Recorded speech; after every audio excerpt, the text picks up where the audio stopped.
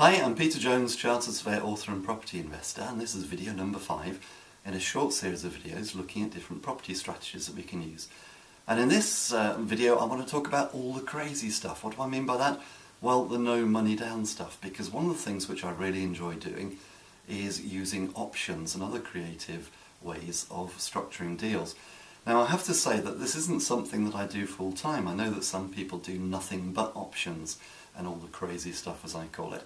I just sort of dip in from time to time when I come across an opportunity, but it's surprising when you're in property long enough and when you talk to enough people, opportunities will come your way where you can see how to structure a deal using this kind of stuff.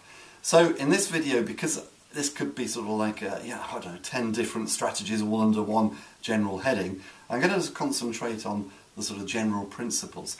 But one thing which I think many people don't appreciate until they actually start researching this is the amount of power and control that one can get from something simple like an option, which is as good as, or perhaps in some ways even better than going out and buying a property, even though you'd think that actually buying the property gives you the control. So for example, let's just think about options. What is an option? Well, an option gives you the right to buy a property. The thing is though, on the other side of the equation, although it gives you the right, it doesn't make you obligated to buy the property, but it does obligate the vendor to sell you the property should you wish to buy. Let me just say that again, just in case you're thinking, what on earth are you on about, Peter? Well, if you have an option to buy a property, you have the right to buy the property, but you don't have the obligation, you don't have to buy the property.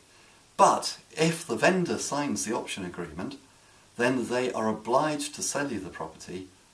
They have no choice in it. So who's got the control? The person who has the option, clearly.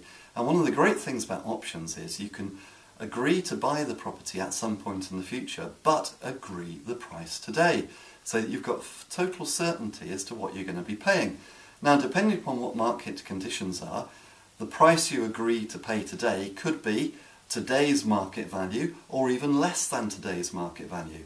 And that will be the price that you pay, even if it's a 3-year option, a 5-year option, a 7-year option, whatever it happens to be. You can also, should you wish to, if you want to oil the wheels, you could agree maybe a slightly higher price in the future. Why would you want to do that? Well, because you can take control of the property now without outlaying very much money at all.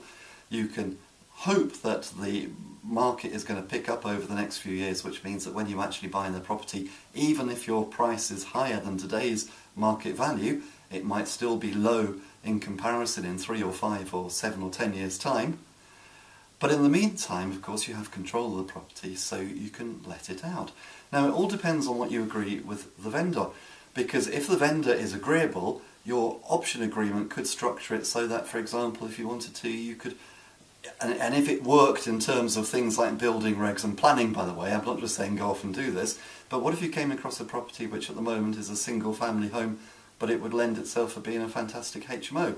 Well, you could actually turn it into a HMO with the vendor's express consent, which is written into the option agreement. So you can then find yourself a HMO property and spend whatever it takes to make it into a HMO, but without having to buy it. Personally, I've never done that, but I do have a few properties on options which I use as buy-to-lets, and one of the great things about those properties is that they look and act like a buy-to-let, but I've never had to apply for buy-to-let finance, and they cash flow, and all of the future capital growth in those properties is mine, even though I haven't actually bought them yet. And even when the capital growth is apparent, I'm still buying at the price that I agreed when I agreed the option deal. So there's an awful lot of power around that kind of thing. Other strategies which we could use, oh, by the way, just going back, I'm getting so excited I'm jumping ahead of myself.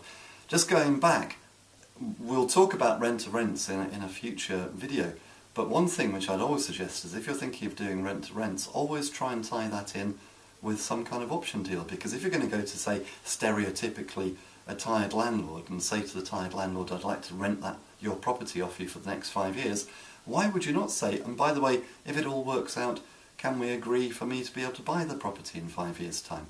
And this is the price I would give you. Why would you not do that? They're only going to say yes, no or maybe. If they say maybe, then you can discuss it further.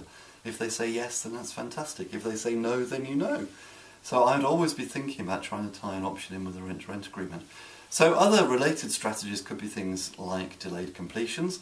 Very similar. The big difference though with a delayed completion, you would sign a contract for saying that you can definitely buy the property. Slightly different. With an option, you're not obligated to buy the property. With a delayed completion, if you sign a contract, you are obligated to buy the property. But again, you can defer the buying of the property for years down the line with the vendor's agreement. So that could be quite useful. Assisted sales, that all fits neatly into this. There's so many different things that we can do if you're just creative and think about it. And I think it's a very exciting way of doing property. Anyway, I could talk about this for 2 days. I'm not going to talk about this for 2 days. I'm going to shut up now. But it's just a little bit of a flavour. Maybe encourage you to do a little bit more research and have a think about that.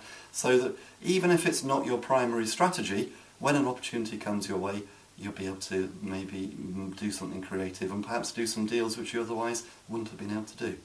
So I hope you found it helpful. Here's to successful property investing. Until next time.